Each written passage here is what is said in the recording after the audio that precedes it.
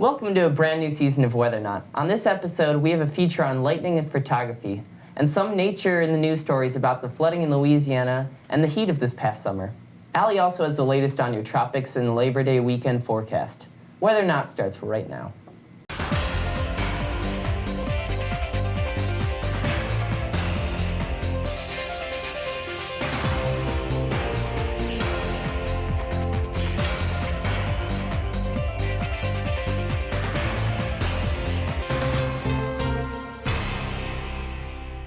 Hello, and welcome to this edition of Weather or Not. I'm your host, Drew Narsutis. And I'm your forecaster, Debicki. And now that it's our first time back in the studio, how have you been, Drew? You know, I've been pretty good. I had a great summer. I had a great time with my friends. A little hot and humid, but oh well. It's a great summer break, you know, getting away from the day-to-day school life activities. It really is. So coming up on this episode, we'll have our forecast for the upcoming Labor Day weekend and the update on Tropical Storm Hermine. You know, that sounds really interesting, but now we have another interesting segment called Nature in the News, so let's get to that.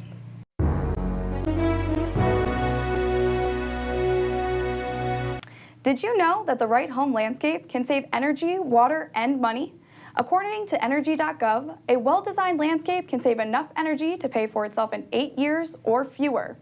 Choice 1. Creating shade in a neighborhood will promote summer air temperatures to drop as low as 6 degrees cooler.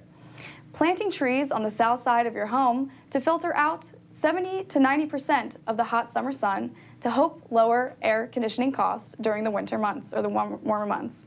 Choice 2, building windbreaks can create still airspace that insulates your home year-round. They also help to block chilling winds in the winter. Plant trees on either side of your house to help direct cooling winds towards your home during the summer season and keep heat in during the winter. Lastly, choice 3, save water by grouping plants with similar water needs together. Water them during the morning hours when water is less likely to evaporate. Additionally, a brown lawn isn't necessarily a dead lawn and can rebound when rain returns. If you live in a drought-prone climate, consider limiting the amount of lawn on your property to create a beautiful and drought-friendly yard. In the beginning of August this year, an extremely severe rainfall event hit the states of Louisiana and southern Mississippi. A very slow-moving low-pressure system pulled tropical moisture from the Gulf of Mexico inland. As a result, more than 27 inches of rain were reported for the areas, and at least 4 people have died. Meteorologists called upon the Global Precipitation Measurement Team, or GPS for short, to analyze these rainfall rates. The GPS is a joint project between NASA, the Japanese Aerospace Exploration Agency, and other international agencies for the purpose of creating a coverage of the world rainfall rates via satellite. The measurements by the GPS Core Observation Satellite show that over 20 inches of rainfall estimated in large areas of southeastern Louisiana. Thankfully, the weather has returned to a more typical late summer pattern for most Louisiana, with isolated showers and thunderstorms. These less extreme rainfall events allow flood-stricken areas of Louisiana time to recover. Extreme heat is a leading cause of weather-related deaths within the United States. Heat-related deaths are often a result of heat stroke, but also occur in people with cardiovascular disease, respiratory disease, and cerebrovascular disease. The number of extreme heat events in the United States continues to rise, and climate projections indicate that these events will be more frequent and intense in upcoming decades. Surface temperature has been on the rise since the early 1900s and continues on into our current society, where heat waves have become more frequent. This is closely related to the high amount of greenhouse gas emissions within U.S. borders. According to the Environmental Protection Agency, the continuous polluting of the atmosphere and climate change will ultimately result in increases to extreme temperatures over the next couple of years. To beat the heat, preventative actions in terms of land use and early warning systems have been put into place to potentially reduce heat-related sickness and death. But it's important to remember that everyone is not equally at risk. Children, people 65 years and older, people who are sick, and people without access to air conditioning are at greater risk of heat-related illness.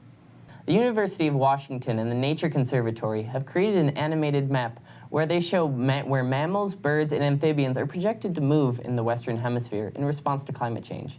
Scientists predict that as Earth warms and climate patterns morph in response, the animals will be forced to move to survive. This usually means hightailing to higher latitudes as equatorial areas become too hot and dry.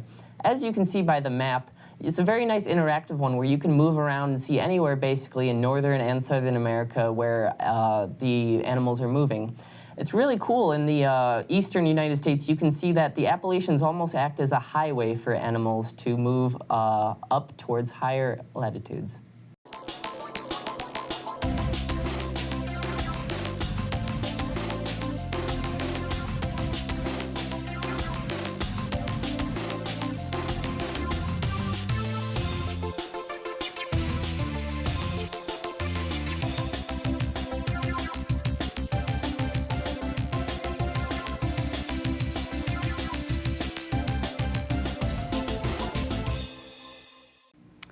Now let's take a look at your Labor Day weekend. Look here, we have this low pressure system settling off into the eastern seaboard, leaving us with some partly cloudy skies and some high pressure. But the real story is down here near the Florida coastal line with that tropical system, Hermine. It's going to start to move up the eastern seaboard over the next couple of days and make some variability in terms of precipitation. So here we're starting to see some rain near the Carolinas. And as we move into Sunday, the chance for rain increases as we come closer to the northeastern portions of the state. High pressure, though, still settling in over State College, making for a beautiful day and a beautiful weekend to get outside. So Friday, mid-70s, cooler temperatures and partly cloudy skies. Going into overnight, we're going to see those temperatures drop to the mid-50s. Still clear overnight, maybe a cloud in the sky blocking out some stars. But Saturday as well, looking at mid-70s. This is where the breezes and those possible showers are going to move in. You can't rule them out because of that storm system making its way across the country. But upper 50s for Saturday night, some partly cloudy skies as well. And then Sunday is where the chance of rain is going to increase. We're going to see temperatures about to rise up into the upper 70s, and those breezes begin to make their way towards our area. So, on to our feature with lightning and photography. Lightning. Striking the earth around 100 times every second in thunderstorms across the globe. It's quick, it's bright, it's powerful, and it's deadly. 5 billion joules of energy are discharged in what is often less than a second, yet has enough energy to power the average American house for 1 month. Lightning comes in many forms, striking the ground from the cloud from the ground, or cloud-to-cloud lightning. And studying an event that happens so quick and is so powerful is quite the challenge. To capture the beauty of a lightning bolt requires patience and the right gear. J.P. Tracy is a meteorology student at Penn State that has a passion for this weather phenomenon. During the summer nights, he hunts down the perfect spot to capture a still frame of this quick and elusive beauty. He uses his Nikon D5500 camera set on a long exposure to capture most of his shots. Right, so if I'm approaching a thunderstorm, first thing I'm going to do is get my tripod out because the camera needs to be on a tripod so it's still. And then the first thing I'm going to do in the camera is adjust something we call shutter speed. There's a shutter in the camera that covers the mirror so nothing gets in, it keeps it protected.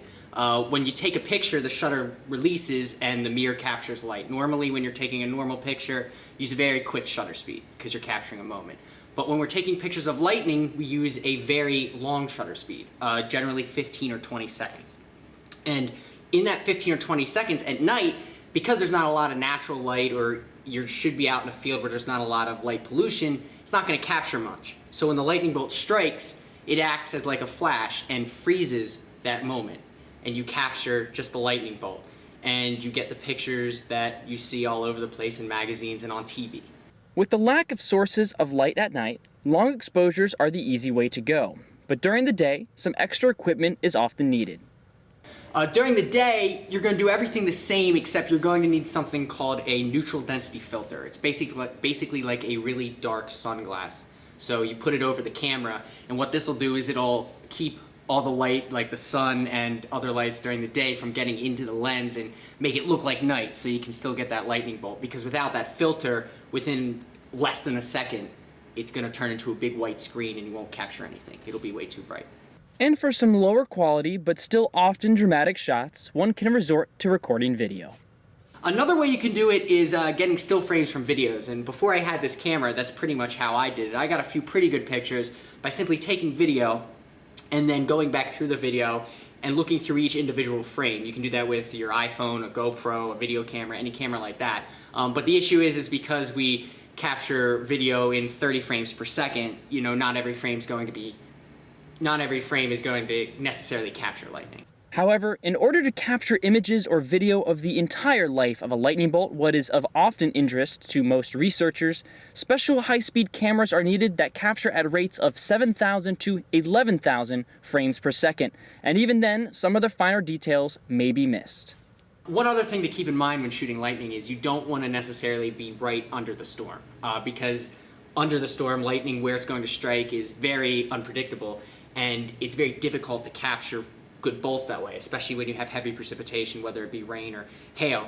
The best way to capture lightning is to be a few miles, multiple miles away from the storm. I've gotten some of my best shots when the storms have been, 10 miles away. That's generally where you're going to want to capture lightning from. Just be aware that that's not necessarily means that you're safe. I had a situation a few months ago where I was shooting a storm that was about 15 miles away, and lightning traveled through the anvil of the thunderstorm and actually struck about a mile behind me. So you got to be aware of that, but again, the best place to shoot is from a distance. Research continues, looking at your typical lightning bolt, but also looking into more recently discovered related phenomena such as sprites and blue jets. For Whether or Not, I'm Michael Spagnolo.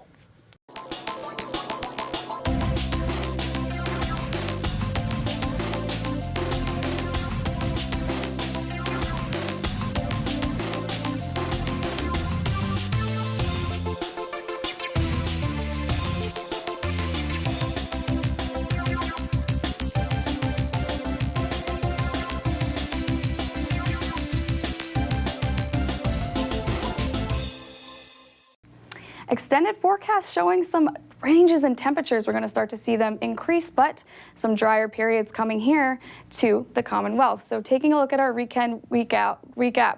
Friday, cooler temperatures, 74 degrees. It's partly cloudy skies sticking across the board, but those scattered showers will be moving into the area as that tropical storm makes its way up the coast. So you can't rule out a shower Saturday and even Sunday, as that chance will increase as the days go on.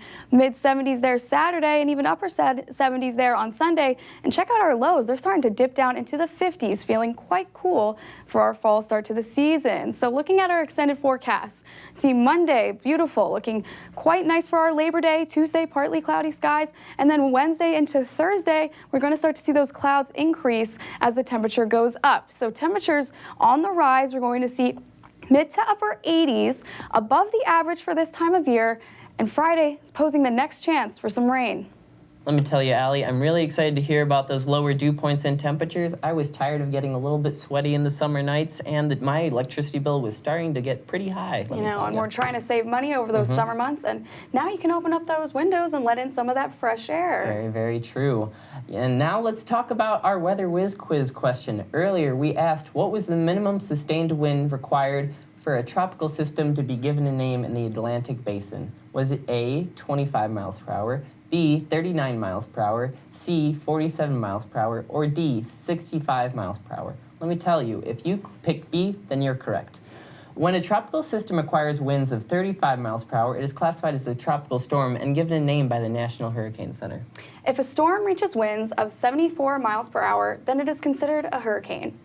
Right now, we're on to our naming of the H with Hermine coming up the coast. We are, so indeed. Next, we're going to be on to I. Yes, and I am excited for whenever that storm comes along, hopefully a little bit earlier in the semester, Yes, maybe the next episode or so. Exactly. See. So anyway, thank you for joining us on this edition of Whether or Not. I'm your host, Narsutis. And I'm your forecaster, Allie Debicki. Have a great Labor Day weekend.